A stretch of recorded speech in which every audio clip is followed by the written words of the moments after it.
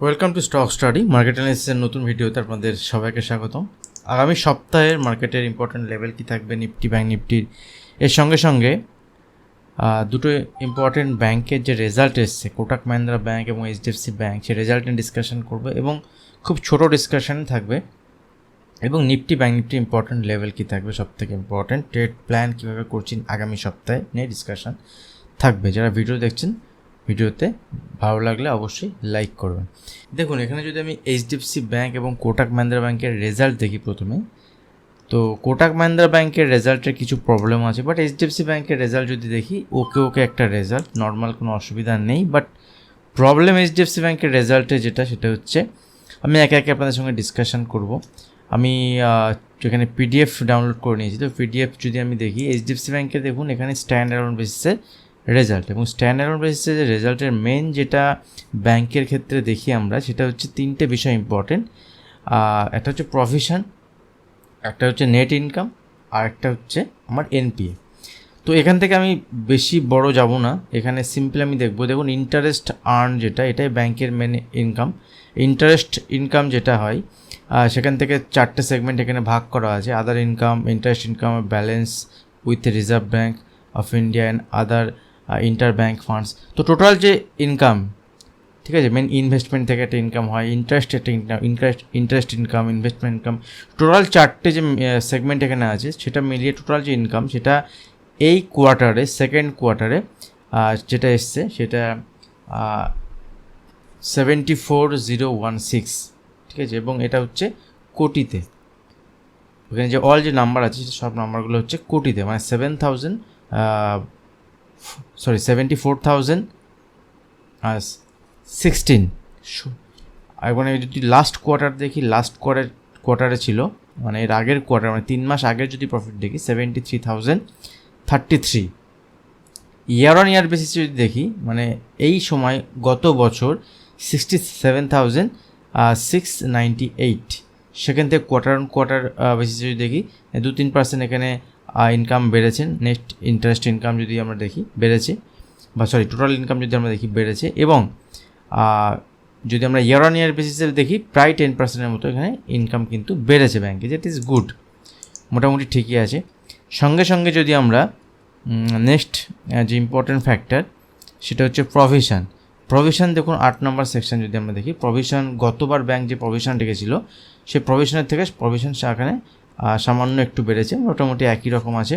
এবং year on ইয়ার বেসিসে যদি দেখি, প্রভিশন এখানে কমেছে। প্রভিশন মানে ব্যাঙ্ক কিছুটা টাকা রেখে দেয়, যে টাকাটা তারা এরকম ভাবতে পারে আগামীতে কোনো প্রবলেম হলে, সেই প্রবলেমেটিক সিচুয়েশানে এই টাকাটা রিজার্ভ হিসেবে রেখে দেয়, তো সেটাকেই প্রভিশন বলা হয়। তো প্রভিশন কিন্তু কোয়ার্টার বেসিসে খুব একটা বাড়েওনি, কমেওনি।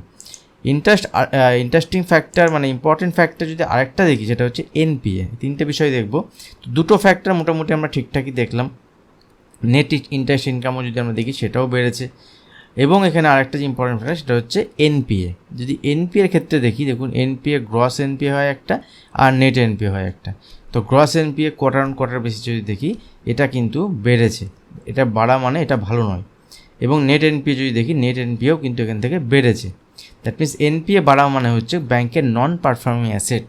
দ্যাট মিনস ব্যাংকে যারা লোন নিয়েছিল, সেই লোন কিন্তু মানুষের দিতে পারছে না, এরকম একটা ব্যাপার। দ্যাট মিনস যেটা ব্যাংক ধরে নিচ্ছে যে এই টাকাটা তারা পাবে না, তো সেই নন পারফর্মিং অ্যাসেট বা এনপিএ সেটা বাড়ছে। এটাই এইচডিএফসি ব্যাংকের একটা ব্যাড দিক।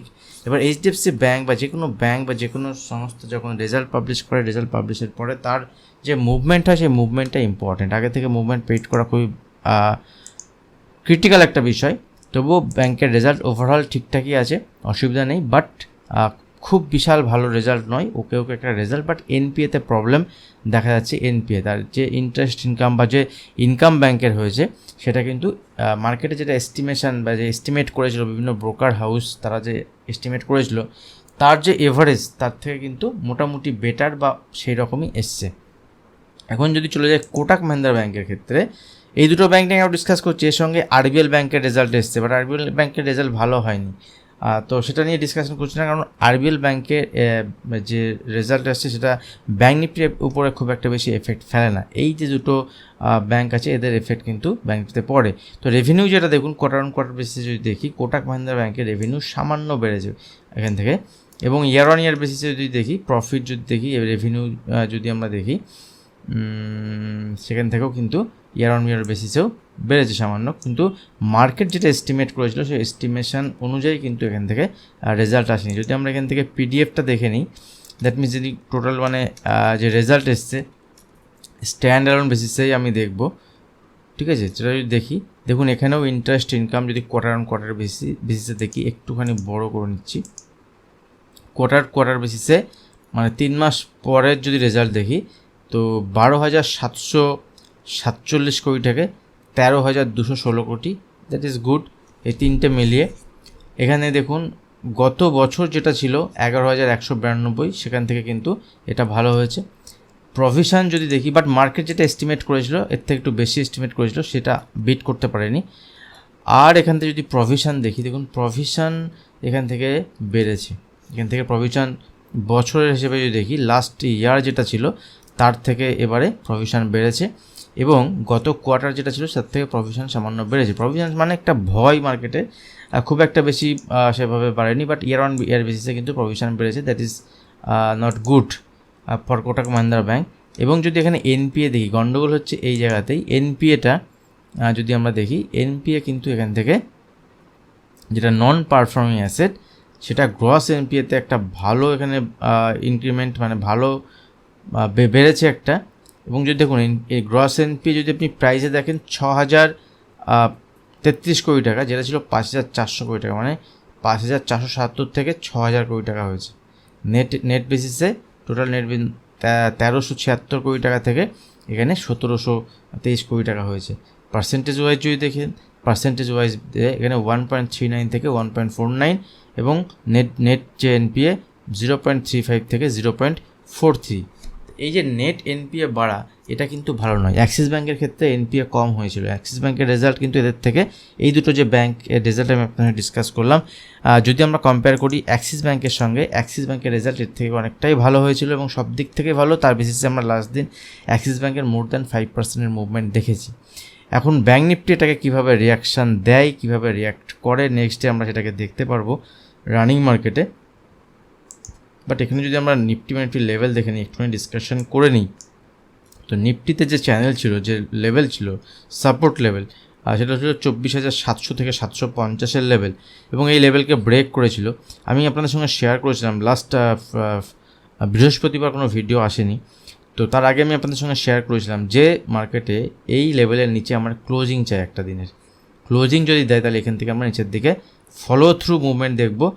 বাট এখানে গ্যাপ ডাউন ওপেন হওয়ার পর নিচের দিকে কিন্তু 1-150 পয়েন্টের মুভমেন্ট হলো, মার্কেট পুরোটা রিকভারি করেছে। মার্কেট পুরোটা রিকভারি করলেও যদি ডেলি চার্টে দেখি, এখানে যতক্ষণ না পর্যন্ত নিফটি অ্যাটলিস্ট 25,100 উপরে ক্লোজ না দিচ্ছে, ঠিক আছে, সেক্ষেত্রে এই যে রেড ক্যান্ডেলটা বৃহস্পতিবারের, ঠিক আছে, এই যে ক্যান্ডেলের উপরে ক্লোজ যখন না দিচ্ছে, ঠিক আছে, এবং ইম্পর্টেন্ট হচ্ছে 25,250 লেভেলের উপরে ক্লোজ না দিচ্ছে, তখন পর্যন্ত এখানে কিন্তু ভরসা নেই। মার্কেটে ছোটোখাটো পুল ব্যাক দিতে এখান থেকে উপরের দিকে মুভমেন্ট না দিয়ে আবার নিচে আসতে পারে, আবার এখান থেকে ছোটো বা বড় মুভমেন্ট উপরের দিকে দেখাতে পারে। লেটস সি আগামী দিনে মার্কেট কী হয়। এই রেঞ্জের মধ্যে মার্কেট থাকলে কিন্তু কিছু বড় ট্রেড প্ল্যান থাকবে না। ইন্টারডে বেসিসে ডেলি ট্রেড প্ল্যান থাকে। ইন্টারডে বেসিসে ট্রেডিং করার যে বিষয়টা, ইন্টারডে বেসিসে ক্যাপচার করা, কারণ ইন্টারডে বেসিসে আপনার 30-40 পয়েন্ট মুভমেন্ট হলে, 50-60 পয়েন্ট মুভমেন্ট হলে সেখান থেকে আপনি বড় একটা ক্যাপিটাল কিন্তু এখান থেকে আর্ন করা যায়, বড় একটা প্রফিট এখান থেকে নেওয়া যায়। বাট মার্কেট যখন প্রিভিয়াস ডে একটা জিওপলিটিক্যাল ইস্যু চলছে, সেই যে বিষয়গুলোর বেসিসে মার্কেটে ইম্পর্টেন্ট লেভেলের বেসিসে আপনি কাজ করতে পারেন। বাট এখান থেকে মার্কেটের ডিসিশান তেমনভাবে এখনও পর্যন্ত কিছু নেই। যদি মার্কেট এখানে উপরের দিকে আসে, ব্যাংক নিফটি অতটা কিন্তু স্ট্রেংথ দেখায়নি আগে লাস্ট দিন, কারণ লাস্ট দিনে যদি আমরা ব্যাংক নিফটির সেম চার্ট দেখি, daily chart, bank Nifty previous day শুধু হাইকে নয়, প্রিভিয়াস ডে ক্যান্ডেল নয়, তার 3 দিনের যে মুভমেন্ট, এবং যদি আমরা দেখি ব্যাংক নিফটি যে রেঞ্জ ছিল 52,000, সেই 52,000 যে লেভেল ছিল, এবং এটা ছিল মোটামুটি 2 সপ্তাহ সাপ্তাহিক ক্যান্ডেল যদি দেখি, উইকলি ক্যান্ডেল যদি দেখি, এবং 2 সপ্তাহর হাই এখানে ব্যাঙ্ক নিফটি উপরে গিয়ে ক্লোজ দিয়েছে প্রিভিয়াস উইক তার এই সপ্তাহ। এবার ব্যাঙ্ক নিফটির যে রেজাল্ট এসছে, রেজাল্টের বেসিসে ব্যাঙ্ক নিফটি কেমন মুভমেন্ট হয় সেটাই ইম্পর্টেন্ট থাকবে। এবং নিফটির ক্ষেত্রে যতক্ষণ না পর্যন্ত নিফটি 25,100 উপরে ক্লোজ না দিচ্ছে তখন পর্যন্ত এখানে লং সাইডে বিশাল বড় ট্রেড প্ল্যান কিছু নেই। ছোটোখাটো মুভমেন্ট উপরের দিকে এলে অবশ্যই লং সাইডে প্ল্যান করবো। সেক্ষেত্রে ইন্টারে বেসিস যদি 15 মিনিটের চার্ট ওপেন করি, দেখুন 15 মিনিটের চার্টে ক্লিয়ার এখান থেকে উপরের সাইডে লং সাইডে প্ল্যান করা যাবে যদি মার্কেট এখান থেকে 25,000 যে লেভেল আছে 25,000 লেভেলের উপরে যদি সাস্টেন করে 25,025, দেখুন এখানে 25,025 উপরে যদি মুভমেন্ট হয় এখানে কিন্তু 70 থেকে 80 পয়েন্টের মুভমেন্ট আপনি পেতে পারেন। সেক্ষেত্রে ছোটো স্টপ লসের বেসিসে ট্রেড প্ল্যান করা যেতে পারে, অ্যানালিসিস করার পরে আপনি ট্রেড প্ল্যান করতে পারেন। বা যদি এখানে দেখেন ফার্দার নিচে আসছে 25,4,700 কিন্তু সাপোর্ট লেভেল থাকবে, এই লেভেল ব্রেক করলে উইক হবে। ফাইনালি যদি এই লেভেলের নিচে যদি মার্কেট ক্লোজ দেয় 24,600, দেন মার্কেট এখান থেকে আরও নিচের দিকে কারেকশান কিন্তু 200-300 পয়েন্টের মিনিমাম দেখাতে পারে। এবং নিচের দিকে ইম্পর্ট্যান্ট সাপোর্ট লেভেল থাকবে 24,000 লেভেলের কাছে গেলে আমি নিজে পার্সোনালি মার্কেটে ইনভেস্টমেন্ট স্টার্ট করব, আরও বাড়াবো। বাট ইন্টারডে যদি আপনি ট্রেড প্ল্যান বা ইন্টারডে প্রতিদিন অপশান থাকে, প্রতিদিন ইন্টারডে আমার কাছে সুযোগ থাকে, প্রতিদিন ইন্টারডেতে আমি ট্রেড করি এবং প্রত্যেক দিন ইন্টারডেতে আমাদের টুকটাক আমাদের কিন্তু প্রফিটেই থাকি। যেমন যদি আমি আপনাদেরকে দেখাই ইন্টারডেতে লাস্ট দিন বাটা ইন্ডিয়ার একটা খুব ভালো মুভমেন্ট হয়েছে, পিআই ইন্ডাস্ট্রি মার্কেট নিচে যাক বা উপরে যাক, দেখুন এতগুলো স্টক, অ্যাক্সিস ব্যাঙ্কের, উইপ্রো, এমসিএক্স সব 3%, 4% করে মুভমেন্ট হয়েছে। এবং এগুলো যদি অপশনে ট্রেড করা যায় তাহলে কিন্তু আপনি সেখান থেকে ভালো ক্যাপিটাল এখান থেকে কিন্তু বাড়ানো যায়।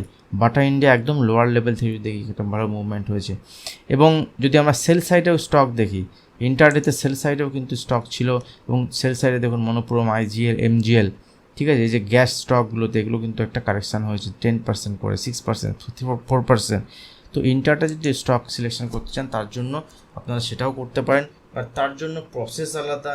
ইন্টারডে ট্রেড সেট আপ তৈরি হতে হবে, ইন্টারডে ট্রেড প্ল্যান করতে হবে, কিছু স্ট্র্যাটেজি আছে যার বেসিসে আপনি কাজ করতে পারেন। তো আমাদের যে ব্যাচ স্টার্ট হচ্ছে সেই ব্যাচে আপনি জয়েন করতে পারেন।